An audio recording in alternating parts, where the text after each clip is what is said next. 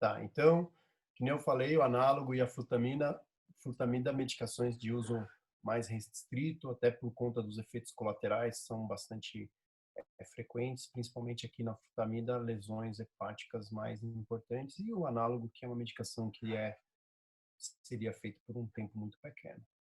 Aqui o creme, né, de eflornitina, que é um creme que tem um inibidor de 5-alfa-redutase, que pode ser utilizado em cima das regiões de aumento de purificação, tá?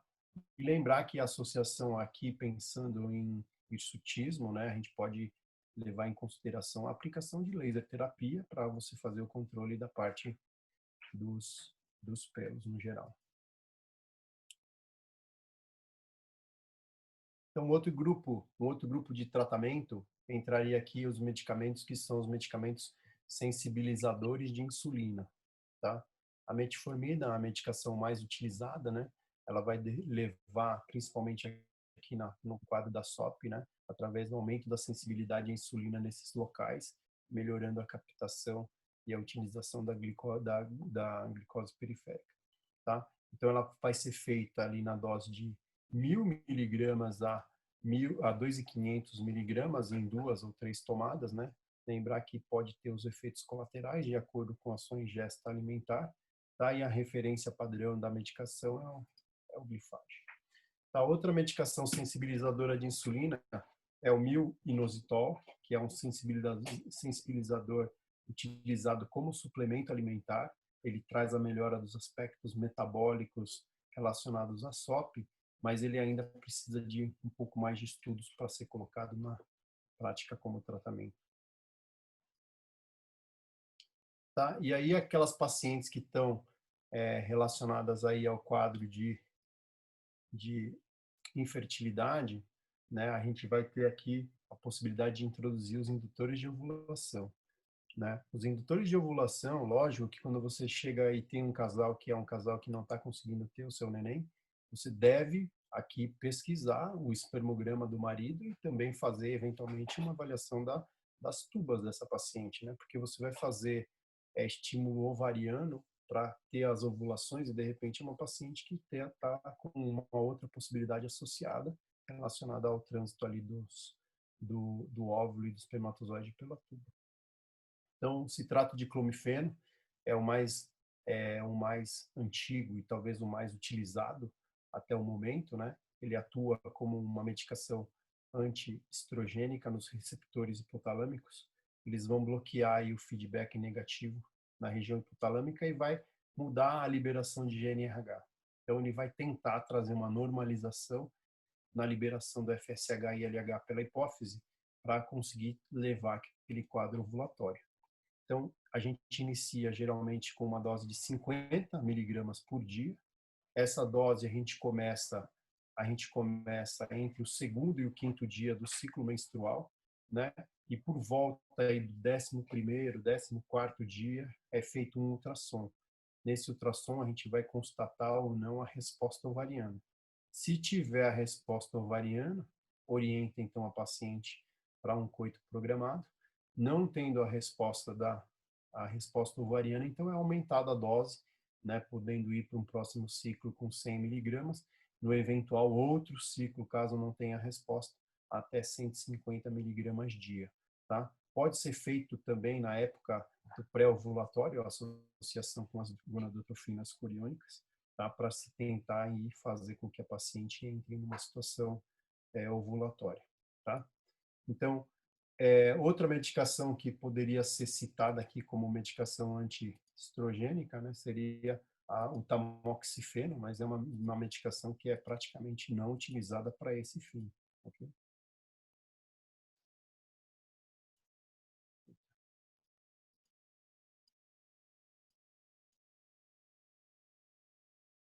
Tá? Uma outra droga utilizada como indutor de ovulação seria o letrozol. Tá? O letrozol é uma medicação que é bem utilizada ou bastante utilizada no grupo da mama, né, em decorrência de ele ter uma ação aí para o tratamento do câncer de mama. Só que aqui ele entraria também como um inibidor de aromatase e seria na função de trazer aí para a paciente uma indução da ovulação. E também começaria numa dose mínima, também a avaliação para ser feita com o início para ser feito do 2º ao 5º dia, uma ultrassom transvaginal para evidenciar a presença ou não do folículo, tá? Para fazer uma programação aí de coito, ou até mesmo para você fazer a aplicação das medicações para induzirem aí a ovulação, tá? Então, o letrozol, fazendo aí uma análise no geral para a utilização dele para o tratamento na paciente com infertilidade na SOP, ele trouxe, através desse estudo, que é um estudo de revisão de literatura, um aumento, tá, das taxas, né, de gravidez e de nascidos vivos comparado com o citrato de clomifeno. Não teve tanta diferença no eixo hipotálamo-hipófise, tá? E também não teve diferença nem nas taxas de abortamento, muito menos na taxa de gestações múltiplas. Então, assim, no último congresso aí, que foi o congresso da SOGESP, o que estava sendo colocado nessas mesas aí de indução de ovulação da parte das pacientes com SOP, é que o letrozol estaria entrando já como primeira linha em termos de opção à indução da ovulação, ok? E também a gente tem a possibilidade, né, de na SOP pensar num tratamento cirúrgico, que é uma coisa totalmente fora de padrão, tá? É uma situação que antes do tratamento cirúrgico, então só um esqueminha, né, de como é feito a indução de ovulação. Do 2º ao 5º dia pode ser feito ou citrato ou letrozol. Na época, que é a época do controle ultrassonográfico, você tem que ter o folículo dominante, né, que pode ser um ou mais, decorrente do estímulo ovulatório, né, de 17 milímetros, e aí você pode facultar aí a associação de drogas para induzir a ovulação da paciente. Tá? Então, assim, o tratamento cirúrgico, que eu já falo várias vezes, né, dessa parte de drilling ovariano, muitas vezes a gente fez isso em pacientes pós-miomectomia, tá? Para tentar trazer para essas pacientes uma melhor responsividade ovariana para o seu funcionamento. Também nesse estudo aí da Cochrane, né, foi colocado que não existe diferença, tá, nos nascidos vivos e nas taxas de gravidez comparando o letrozol com a laparoscopia ovariana para drilling. Então, não tem sentido você fazer uma cirurgia para fazer um drilling se você tem uma medicação que funciona bem. Então, aqui, o drilling é feito numa situação outra, que você está fazendo ou uma investigação para infertilidade, você vê que os ovários são policísticos. Se você está fazendo uma cirurgia outra de miomectomia, você vê que ele tem um padrão policístico, você pode fazer para tentar trazer um auxílio nesse momento, mas não uma coisa para indicar a cirurgia. Vamos fazer uma operação para fazer uma cirurgia ovariana. Então, não é uma coisa que é utilizada como primeira linha, mas no caso de você estar ali com a paciente já eventualmente operando por um outro motivo, você pode aproveitar. Então, aqui, finalizando, né, a apresentação da aula, vai algumas dicas para levar para casa. Aqui a gente teria vários tópicos, né? Então, em vez de vários tópicos, eu deixei um esquema aqui para a gente tentar guardar isso como sendo um padrão bom para a gente conseguir entender o que é esse síndrome, né? Então, aqui a gente tem a parte das etiopatogenias, que vão levar às alterações da parte das alterações hormonais, né? A associação de alterações genéticas, tá? E que vão levar aos quadros clínicos, hirsutismo e acne, que tem aqueles tratamentos que a gente já colocou, as alterações reprodutivas, que vão estar relacionadas às ovulações inadequadas, e aí também aqui talvez o letrozol seja a opção número 1 em relação ao citrato de clomifeno, e a parte metabólica, né, que a gente vai ter as pacientes com síndrome metabólica, eventualmente até um diabetes tipo 2, tá? E aquele risco aumentado que a gente precisa tentar corrigir para que ela não traga para ela futuramente um problema maior, tá? Então, lembrar que todo esse quadro de alterações podem levar a paciente a vários outros problemas associados, né? Da parte psicoemocional, tá? Decorrente aí da alteração da percepção de imagem, levar a quadros de depressão e tudo mais, que são relacionadas a um síndrome que, às vezes, não é tão assim difícil de você fazer o tratamento. Ok? Obrigado. Se agora quiser descompartilhar a tela, você clica lá embaixo, e aí se alguém quiser abrir para fazer uma visita, te fazer uma pergunta. Kel, saiu tudo aqui e eu apareço só que a coisa do lado aqui. E lá em cima tem um negocinho que diz assim, para parar de compartilhar a tela. Eu consigo tirar você, peraí. Tirei. Pronto. Isso. O Mário tá aí com a gente agora, chegou aí.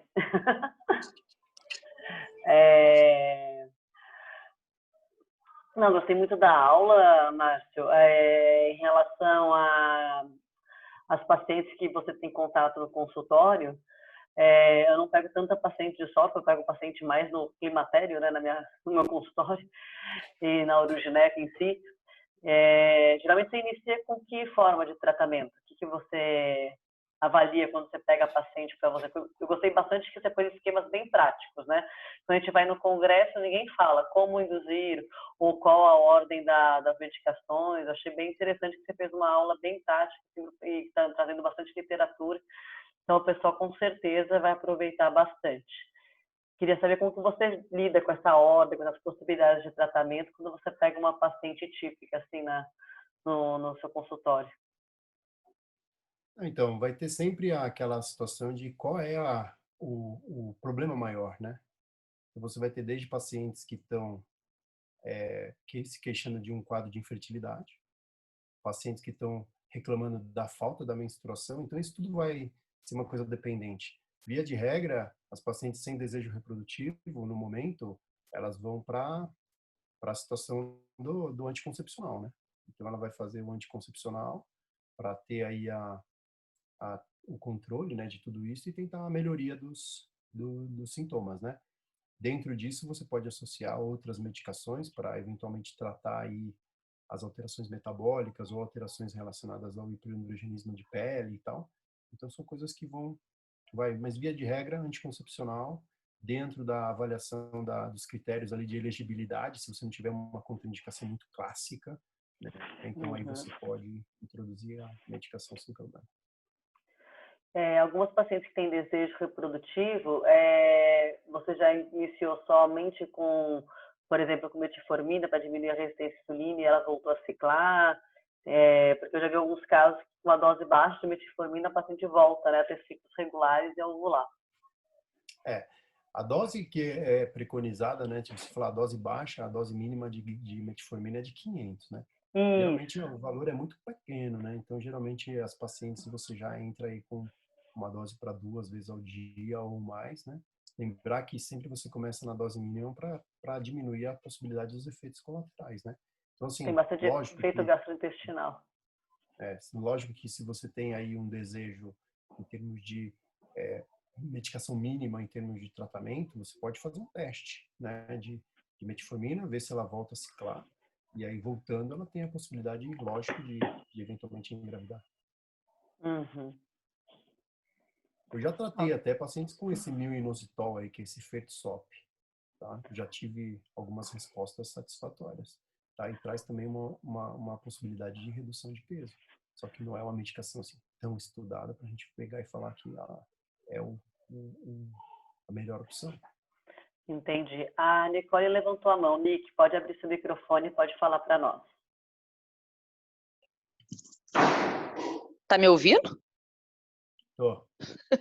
Doutor, algumas pacientes eu já vi fazendo tipo teste com metformina por 10 dias. Tipo, 10 dias antes do período que ela iria menstruar, ela sangra, mas ela faz isso todos os meses. E eu realmente nunca tinha visto. Já peguei 2 pacientes assim.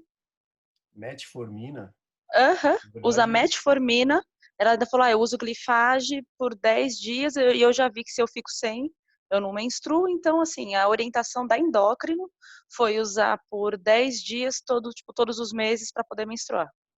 Com o objetivo dela ciclar. Não, é uma coisa assim, se você está pensando em fazer a paciente ciclar somente, né, ela só tem o interesse de ter aí o ciclo ovulatório, a menstruação, aí a medicação mais adequada seria a progesterona. Exatamente, ela usou como se fosse... Tá. Então, assim, não sei se a medicação é essa mesmo, mas, assim, em termos de tempo, né, de uso, é um tempo de 10 dias até você ter o efeito da medicação. E ela fazia ainda uma dose pequena, né, que ela devia fazer só 500 miligramas. É uma medicação que não vai trazer tanta diferença nesse ponto, né? Tá, é que realmente o uso era como se fosse a progesterona. Tá, Eu não assim, entendi se existia algum protocolo, é que eu nunca tinha visto eu dessa também forma. nunca vi. Tem uma mãozinha levantada que é o Beleza. iPhone. Eu não sei quem é. Não tem fotinha. Pode falar.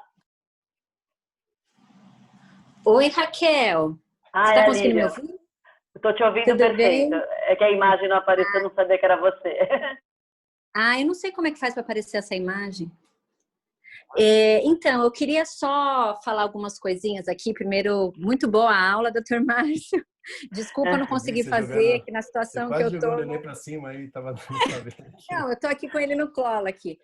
E então, só queria falar algumas coisinhas em relação a diagnóstico de SOP na adolescente, que agora o novo consenso de 2018, eles consideram como o critério ultrassonográfico ele não faz mais parte.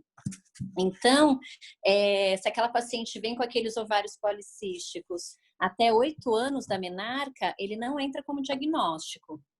Tá? Então, assim, alguns parâmetros também como irregularidade menstrual na adolescente, a gente considera, então, até o primeiro ano pós-menarca como imaturidade do eixo mesmo. Então, para aquela paciente que, eu menstruei 2 vezes no ano, só normal ainda. E para aquelas pacientes até 3 anos da menarca, a gente considera um intervalo até 45 dias. E aí, pós 3 anos, a gente considera até 35 mesmo, que é o normal. E outras coisas também que eles falaram nesse último consenso é que para tratamento que a gente usa do anticoncepcional, antes a gente usava muito a ciproterona, né? Mas por conta dos riscos cardiovasculares, né, risco que essas pacientes têm para trombose, a ciproterona agora não é mais primeira escolha. Então, eles têm falado muito do levonorgestrel também. Então, aquelas pacientes que têm muita manifestação androgênica, se a gente usar qualquer dose de etinil estradiol acima de 30, né? Porque o que a gente tem mesmo é o de 30 e o 35 vai entrar no Diane, mas qualquer anticoncepcional com 30 de etinil estradiol, e quanto menos antiandrogênico ele, porque daí ele vai ter menos risco trombogênico, melhor, porque todos eles mostraram o mesmo resultado a nível de diminuição do hiperandrogenismo dessas pacientes. Então, eles até preferem não usar, então a ciproterona ela já saiu como primeira escolha, eles preferem usar mesmo o levonorgestrel. E lembrar de oferecer sempre o teste de tolerância oral da glicose nessas pacientes, porque a resistência insulínica nelas, na maioria acaba tendo. E outra coisa bacana, você falou do minoxidil também, que realmente os estudos estão engatinhando, a gente não tem ainda, né, o uso frequente dele para a gente indicar ele como terapia isolada. E acho que basicamente isso, mas e o critério de Roterdã ainda continua sendo o mais utilizado mesmo. E acho que é isso. Obrigado, Lilian, pelas considerações. Nada. Na verdade, os anticoncepcionais é aquela questão, né, dos critérios de elegibilidade, né? A gente vai ter que checar bem, né, porque vai ser uma paciente que vai ter outras comorbidades e a gente tem que checar. Sim, e assim, a gente sempre associava a SOP, né, com a ciproterona. A ciproterona. E agora, cada vez menos, eles têm utilizado a ciproterona como primeira escolha, justamente pelas outras comorbidades que essa paciente apresenta, né? E lembrar sempre, quanto mais antiandrogênica, mais trombogênica ela é. E é mais por causa da dose também, né, do etinil estradiol. Do etinil estradiol, que é uma dose mais alta. Que é a dose muito alta, né? E por conta disso também seja uma coisa para se pensar em uma dose um pouco menor. Sim. Mas eles indicam 30. O que eles têm indicado como primeira escolha pode ser gestodeno, levonorgestrel, mas o que eles têm indicado como primeira escolha é 30, porque daí você já vai ter, né, uma ação direta, né, a nível do aumento da SHBG, né, importante. Ok. Calma. Ai, que bonitinho, neném. Oi. E, bom, é isso. Ele não para quieto. Nenhum deles para. Acho que você não ia conseguir dar aula, né? Não, impossível, impossível. E com essa quarentena não tenho babá, né? Então, Nossa, maravilha. a maratona. Eu me tranco no quarto para o meu filho não entrar. Isso que ele entra às vezes. A hora que eu puder fazer isso, eu vou achar bom. Espera um pouquinho, já. Calma, peraí que eu vou pegar uma coisa legal para você. Vamos pegar aqui a caixinha. Isso, entrar com a caixinha. Mais alguém quer tirar alguma dúvida? Alguém que está aqui, gente? Aproveitar a aula. Ela vai ficar disponível, né? A gente vai disponibilizar. Queria agradecer a Lilian de ter aparecido aqui. O Dr. Hamilton, a participação especial da Lilian, do Baby. Agradecer ao Dr. Márcio, né, pelo horário disponibilizado para a gente. O Hamilton está agradecendo pela aula, gostou muito, né? E se ninguém mais tiver dúvida, o doutor quer fazer alguma consideração final? Não, agradeço a Lilian, né, que eu tinha pedido a ela que entrasse para fazer as considerações, né, porque é a especialidade dela, né. Tentei mandar a aula para ela por WhatsApp, não consegui. Não deu certo. Não consegui. E aí, na verdade, é a especialista no assunto, né. Não, mas foi bem didático, o pessoal gostou. Nós tivemos algumas ex-residentes que entraram também para ver a aula, gostaram bastante. A Flávia, a Tabata, então o pessoal tá gostando bastante para se atualizar. A Tabata também elogiou, falou que gostou muito da aula. Então o pessoal vai matando saudade. A quarentena e o Zoom tem essa vantagem, a gente pode chamar mais gente para assistir a aula. E aula mesmo faz tempo que eu faço, porque geralmente os residentes que dão a aula, né, faço só comentário. E agora o doutor Baixo ficou bonita a apresentação, doutor. A Flavinha que falou que estava com saudade, ficou feliz de ter visto a aula. Então, obrigada para todos, viu? Toda semana então, a gente está tendo um tema. Lilian, obrigada mesmo por ter vindo. Obrigada a vocês. Muito bom. Semana que vem eu estou de volta. Né? Com coragem, né? Essa luta. Nossa Senhora. Mas, doutor Márcio, obrigada mais uma vez, tá? Na semana que vem a gente vai ter aula da mastologia, daí eu vou avisando para vocês do grupo, tá bom? Ok. Muito obrigada. Tchau, tchau. Obrigadão. Tchau. Tchau. Muita saudade. Se cuida. Beijo. Também tchau, gente. Tchau. Tchau, Lilian. Obrigado. Tchau, doutor Márcio. Tchau. Até a semana que vem. Tchau. Obrigada a todos. Tchau, tchau.